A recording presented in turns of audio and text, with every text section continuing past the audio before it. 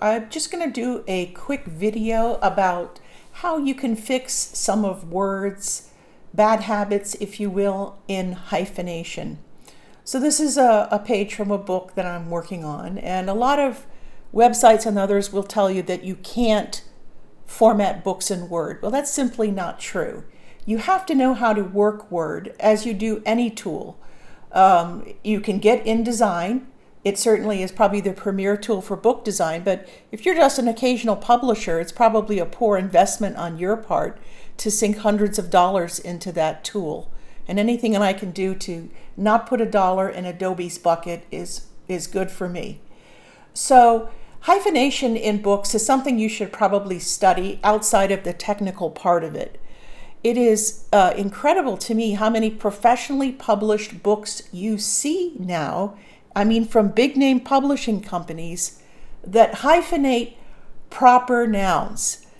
That to me is just laziness. They do have the professional tools to use. Either they're trying to save a 1 page per book or some other reason, but I just think it looks terrible when you hyphenate people's last names, first names, and the proper names of places when it's so easy to fix. So in my particular example, I have full justification turned on, which looks good in books, and I also have Word's functionality for hyphenation turned on, except that there's no logic behind it. You can't specify don't hyphenate words that are capitalized, which you can do in InDesign. So you have to spend a little bit of time going through your text and making small corrections, maybe 1 or 2 per page, if even that many. And there's really 3 ways to handle it when you want to not have Word hyphenate a particular word that you're looking at. So the first way is pretty easy to do. So in this particular paragraph, I don't like the fact that this proper noun of British is hyphenated. One way I can handle this is I can simply highlight either the full paragraph or part of it. I do a right click and I do paragraph and I say don't hyphenate. Okay, that works. But sometimes, as you see here, it results in some kind of ugly spacing that I don't particularly like. So I'm going to undo that with my undo button. And what I thought is another way to handle this, instead of having the entire paragraph not have any hyphenation, I can maybe just do something with this particular line. Now there's 2 things that I can do. I can either expand the spacing between each of these words so that the word, the part of the British gets pushed to the next line, or I can shrink the spacing between the words, and then this ish part will get connected back to B-I-R-T. So either of those are solutions. So you can obviously highlight it and hit font and do this, but that's going to get very tedious. So here's what I did. I know a lot of people don't like it, but I used ChatGPT to write 2 macros. Now, if you don't know what a macro is in Word, you really don't need to understand how they work or how to program them. I had ChatGPT write me the macro. I said, just write me a macro that expands the space between words 0.3 point. That's a very tiny amount. And it'll just nudge things as I'll demonstrate. Then I had it write me another macro that said condense the spacing by 0.3. To make it super easy for me to find these, I then up here in my quick access toolbar, I had them assign little things here. And you can see it says expand character spacing and condense character spacing. Now, because I'm using Word for Mac, I can't give customized icons to these 2 macros. So they're going to look the same, but I kind of know where they are. This is expand, this is condense. And I'm not going to, in the scope of this video, really try to demonstrate how I got these macros in there. I'll do that in another one.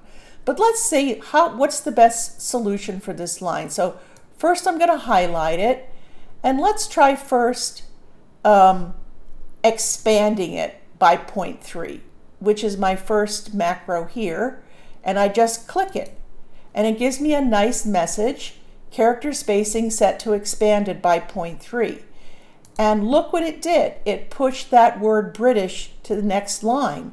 And it didn't affect any of the other spacing in the paragraph. That's why I like this method better than turning off hyphenation for the entire paragraph, which is not, to me, an effective way of doing it. You can try it, but that's one way. So let's hit undo, and let's see what happens when we do the opposite, when we condense it. Let's see how that looks. So I just highlight my text, and I say, let's hit the condense, and it'll pop up there. It says condense character spacing, and it actually had the same effect, except in this case, it kind of made the spaces between words a little bit less. So you can visually look at it and figure out for your text which was the better solution. Now, this to me is part of the art of book design. It's not just slapping it in there and not looking at the details. And I have books right next to me here by professional big name publishers that don't do this step. And they do have the tools, as I said before, to do this automatically. So believe it or not, you will take notice. And if you're actually writing someone or people, hyphenated names look, to me, absolutely terrible in this. So it's a matter, of course, of personal preference. It's not necessarily an error. It's, to me, just doesn't really show that you care a lot about how your books look. And all of this, of course, is really relevant to the print, not so much to ebooks, because ebooks, every rule is thrown out the window because the reader has the control over the font size. So just to do one more example that I noticed on this page, is it hyphenated the word Mediterranean, and that is a proper noun. So I'm just going to go ahead and highlight this, and I'm going to go up to my macro, which in this case I'm going to actually do, let's try the condensed, and let's see if that fixes it. It did not. Okay, so we're going to do okay. We're going to undo that command, and then let's try the next one. Let's expand it by 0.3 and see what that does. So we're going to expand. Well, now it didn't actually do something nice again. It actually then only truncated the word or hyphenated it a little bit differently. So in this case, it might be one where we just decide to turn off hyphenation. Let's just do that. We're going to do paragraph, and then we're just going to say don't hyphenate, and we're going to hit OK. So in this case, now it's gone, and you can see now we've got a lot of these spaces between words, which you may or may not like. It could be that we need to do a 0.4. And remember, you can do this by hand. You don't have to use a macro. The manual way of doing this would be to highlight the text, right-click, font, and then we got to wait for that to come up. And then we're going to do spacing, expanded, and let's try by almost half a point, 0.4, and let's see what that does. So it's still not going to get us to what exactly we want to do. So some of these you're going to have to play around with, but I find that the 0.3 works in probably 90% of the cases. It provides a good solution. And you see, I didn't have to do all of those steps. I just click my macro, and don't let macros scare you. You do not have to learn programming.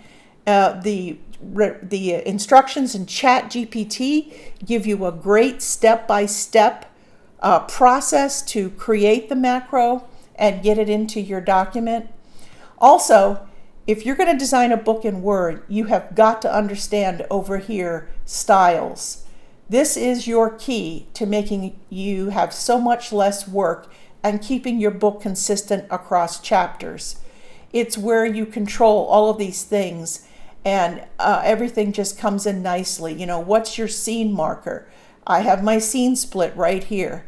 I decided to do these 3 words in small caps.